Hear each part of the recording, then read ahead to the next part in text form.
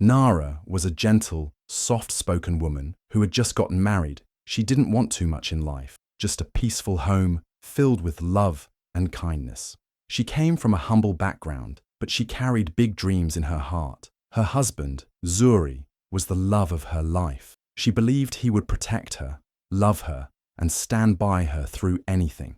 At first, everything seemed perfect, but things started changing quickly after their honeymoon. Zuri's mother, Mama Ebeli, showed up at their doorstep without warning. From the moment she entered the house, Mama Ebeli brought a cold, heavy air with her. Her eyes were sharp and full of judgment. Her voice was always laced with criticism. She didn't speak to Nara with warmth. Instead, she looked at her like she wasn't good enough. Nara, being the respectful wife she was, tried everything to make Mama Ebeli happy. She cooked her best meals, cleaned the house with care, and dressed in a way she thought would please her, but nothing was ever enough. Mama Ebeli said her food was bland. She complained that Nara's clothes were too tight or too colourful. She looked at Nara's silence as weakness. Every time Nara tried to smile or help, she got a new insult in return. Slowly, Nara began to feel like a stranger in her own home. She didn't know what she had done wrong, and the man she loved said nothing to stop it. She kept all her pain inside, hoping things would get better. But deep down, a fear was growing. This wasn't the life she dreamed of. Something was deeply wrong, and Nara could feel it, even if she couldn't say it out loud. One quiet night, after a long day of cooking, cleaning, and pretending everything was fine, Nara was finally ready to rest. She walked into the bedroom, hoping to get some sleep beside her husband. But Mama Ebeli was already sitting on the bed, holding her head and pretending to be in pain. She let out a loud sigh and said, "My bones are aching. This bed is softer than the guest room. Let me rest here for tonight." Zuri didn't even think twice. He turned to Nara and said, "Please, just sleep on the rug tonight. Mama needs the bed." His voice was cold, not like the man who once promised to protect her.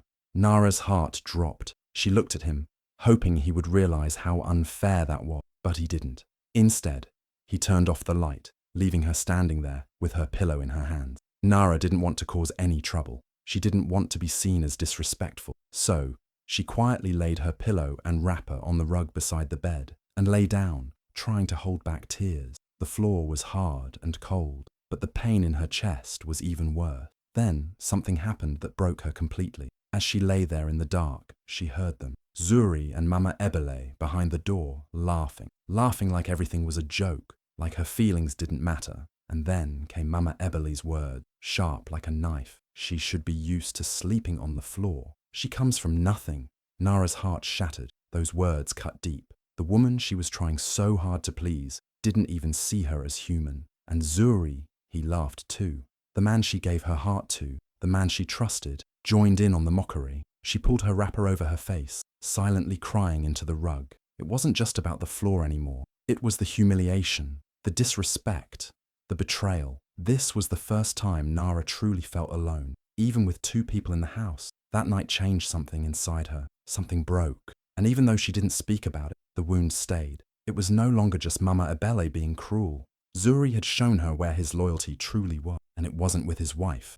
The next morning, Nara hoped everything would go back to normal. She thought maybe Zuri would say sorry, maybe Mama Ebele would be kinder, but nothing changed.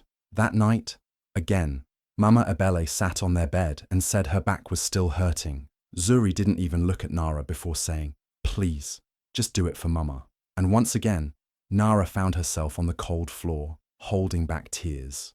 Days passed, and what was supposed to be just one night became a cruel routine. Every night, the bed was no longer hers. The house didn't feel like home anymore. It felt like a place where she was always walking on eggshells. Mama Ebele took over everything. She threw away some of Nara's favorite dresses, saying they were too tight or too flashy for a respectful wife. Nara's small corner in the wardrobe disappeared, replaced with dull wrappers Mama Ebele approved of. One afternoon, Nara came back from the market to find her box open. Her savings, the little money she had saved before marriage, were gone. When she asked, Mama Ebele laughed and said, "Your money is now family money.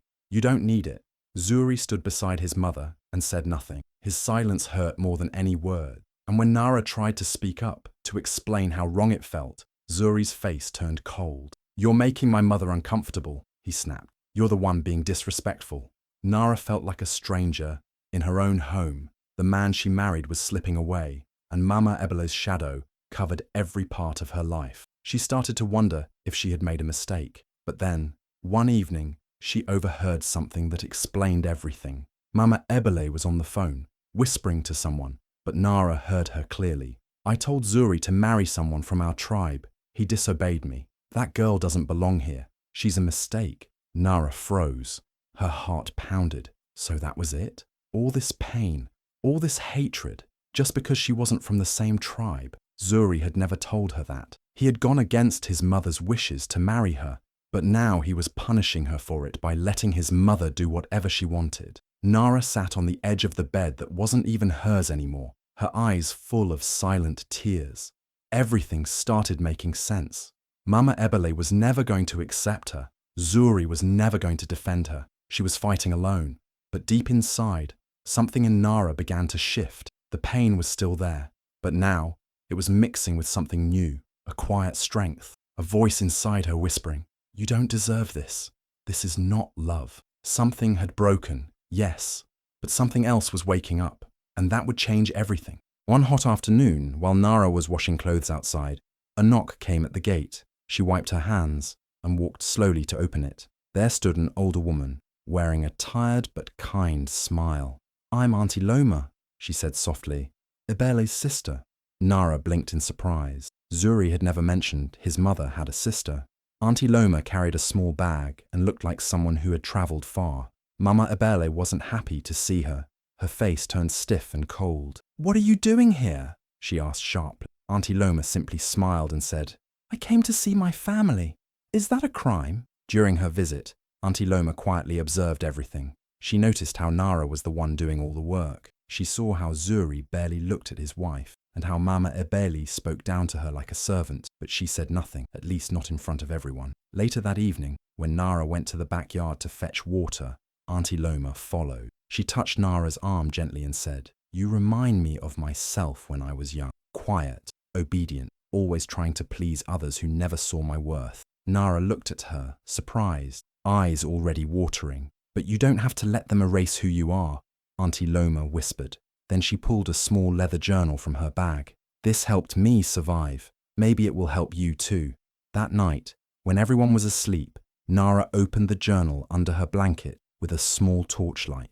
Inside were handwritten letters, powerful affirmations, and stories from Auntie Loma's own painful journey. But what shocked Nara the most was a letter tucked at the back. It spoke of something she had never known. Zuri's family had once been rich, but there was a scandal. His father had left them for a woman from Nara's own tribe. Mama Ebele was humiliated and never forgave it. From that day, she made a vow never to allow anyone from that tribe into her home again. That was why she hated Nara. That was why she wanted her gone. Tears rolled down Nara's face. The hate wasn't even about her. It was old, bitter and misplaced. She had done nothing wrong, yet she was paying the price for someone else's past. But as she held the journal close to her chest, something felt different. She didn't feel as alone. Someone saw her, someone understood, and deep down, Nara knew this visit was not a mistake. Auntie Loma was a quiet gift, and her words were a spark that lit a fire in Nara's heart that had been dying for too long. Nara stopped crying. She stopped begging. Something inside her had changed. She was still quiet, still gentle, but her silence was different now. It wasn't weakness anymore. It was strength. Every insult from Mama Ebele, every cold word from Zuri, she took it all in and stored it, not in her heart, but in a small notebook she kept hidden under the kitchen sink. She wrote everything, every cruel thing they said, every time they took her money without asking, even dates and times. She also began recording conversations on her phone when no one was watching. She wasn't just surviving now, she was preparing. But more than that, Nara started doing something for herself. She remembered how much she used to love baking when she was a child. Her late grandmother had taught her how to make the softest bread and the sweetest cakes. So one night, when everyone was asleep, Nara sneaked into the kitchen and baked a small batch of banana bread. It smelled like home, like love, like freedom. That smell gave her hope. She began baking more often, quietly, secretly. Using a fake name, she started selling her pastries online through a friend who lived in another town. Orders began coming in slowly, then they doubled, then tripled. Nara used the little money she earned to buy more baking tools and ingredients. She kept everything hidden in an old suitcase in the storage room. Each time she packed an order, she whispered to herself, "One day, I will walk out of this house with more than they ever expected. They will see the woman they tried to break rise." She still smiled in front of Mama Ebele. She still nodded quietly when Zuri spoke to her with coldness. But inside, Nara was building something powerful, a dream, a way out, a new life, and nothing, not even their cruelty, could stop her now. The house was filled with music, laughter, and the smell of rich food. Mama Ebele had planned a big birthday party for herself. She invited so many people, neighbors, church members, old friends. The living room was shining with decorations, and expensive drinks flowed like water. But behind all that glamour, Nara was in the kitchen, sweating and rushing around like a servant. From morning till evening, Nara cooked pot after pot, cleaned every corner of the house, arranged plates, and served guests with a fake smile. Mama Ebele walked around with pride, pretending she did everything, while Nara worked like a maid. No one helped her, not even Zuri. He didn't even thank her. As the party grew louder, Zuri got drunk. His words became harsh. He laughed too loudly and said whatever came to his mouth. Then, in front of everyone, he pointed at Nara and shouted, "Look at her. She doesn't even know how to be a wife. What kind of woman is this?" Everyone laughed. Some covered their mouths in shock, but nobody defended her. Nara felt like something broke inside her. She couldn't take it anymore. She walked away quietly, holding her tears back, and locked herself in the guest bathroom. She sat on the cold floor, hugged her knees, and cried silently. She cried not just from the insult, but from everything she had been holding inside for months. Then suddenly her phone buzzed. She wiped her eyes and looked at the screen. It was a notification from her secret online business account. Her page had just hit 10,000 followers. Orders were flying in. People were loving her pastries. Her hands, the same hands that were mocked and ignored, had built something beautiful in secret. At that moment, her tears stopped. She stared at the screen and smiled through the pain. Maybe they saw her as weak. Maybe they laughed at her. But she knew the truth now. Her worth was no longer tied to their opinions. She was building a way out. She was no longer just Nara, the silent bride. She was Nara, the rising woman. And soon, the whole world would know. It was a quiet evening, the kind that used to be filled with small hopes in Nara's heart. But that day, something different was in the air. Zuri came home, looking proud and cold. He didn't say much, just dropped a brown envelope on the table in front of her and crossed his arms. "These are divorce papers," he said with a smirk. "Mama says I deserve better. You're too small for this family. You never belonged here anyway." Nara looked at him, her face calm. No tears, no shouting, just silence. Zuri expected her to beg, to fall apart, to cry like she always did. But this time she didn't. She gently picked up the pen beside the papers. Without saying a word, she signed her name, slowly, clearly. Then, from her purse, she brought out a small white envelope and placed it next to the divorce papers. Her hands didn't shake. Her voice was steady.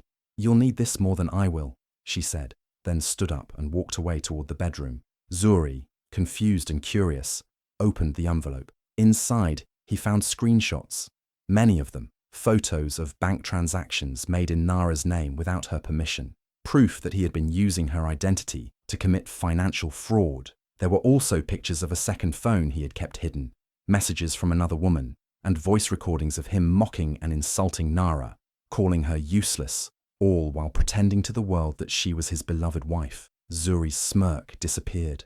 Nara had been quiet, but she had been watching, she had been planning, and she had kept records. Every lie, every betrayal, every hurt. In that moment, Zuri realized something. The woman he thought was weak had more power than he ever imagined. She hadn't just signed the divorce papers. She had handed him the beginning of his own downfall. Zuri was sitting in his office when two men in suits walked in. They weren't there for a meeting. They were from the authorities. "We need you to come with us," one of them said. Zuri froze. He tried to smile, to act like it was nothing, but his hands were already shaking. At the station, they showed him documents, screenshots, bank records. Everything Nara had collected, the name on the fraud, Heron, but the actions, all his. Back at home, news spread quickly. Zuri's company began an internal investigation. His emails were checked, his calls reviewed. People at work stopped shaking his hand. No more smiles, no more respect. His position was put on hold. Mama Eboli, furious, stormed into the investigation office. "This is a mistake," she shouted. "My son is innocent. That girl is trying to destroy him." But before she could say more, a quiet voice came from behind. Auntie Loma. She stepped forward with an old, worn-out folder. Inside were letters and photos, stories from the past. "This isn't the first time," she said softly. "Years ago, you did the same thing to my daughter-in-law. You lied. You broke her spirit. You turned your son against her until she left with nothing." The room went silent. The officers took the documents. They listened. For the first time, someone had spoken the truth about Mama Ebele, and it was someone from her own blood. Zuri's company let him go. His friends stopped picking his calls. The people who once praised him were now whispering behind his back. His world was falling apart, and through it all, Nara said nothing. The woman who was once treated like a servant, mocked and broken, had risen, not with loud words or revenge, but with truth, quiet strength, and proof. She didn't destroy them with hate. She let their own actions do the work. Nara moved into a small, quiet apartment. It wasn't big or fancy, but it felt like peace. No shouting, no cold stares, no one ordering her around. For the first time in a long while, she slept without tears in her eyes. She focused fully on her baking. Her online store, Rising Crumbs, started to grow faster than she ever imagined. Orders were flying in. People loved her pastries. Soft, sweet, full of comfort. One of her customers posted a photo of her cake on social media, and within hours, the page went viral. Soon, Nara was invited for interviews. Radio stations, blogs, even TV shows wanted to hear her story. But when she spoke, she didn't speak with anger. She spoke with calmness and truth. She shared her pain, but also her growth. "Sometimes," she said in one interview, "strength is not about shouting. It's about surviving in silence and building something beautiful from your tears." People listened. Women who had felt small and invisible started reaching out to her saying, "You gave me hope." Nara smiled. She didn't just bake anymore. She inspired. She started speaking at women's events, talking about healing, dreams, and quiet courage. She told them, "You don't have to fight like them to win. Just rise like bread, quiet, slow, but strong." One afternoon, she got a message. The house she once lived in, the one where she cried on the cold floor, served like a maid, and was thrown out like trash, was being sold at an auction. The owners couldn't keep it anymore. Nara showed up, calm, confident. She raised her hand and made a bid. No one matched her. She bought the house. The same house where she was once humiliated, she now owned with her name on the papers. From floor to fortune, from pain to power, from silence to success, Nara had risen. And this time, no one could push her down.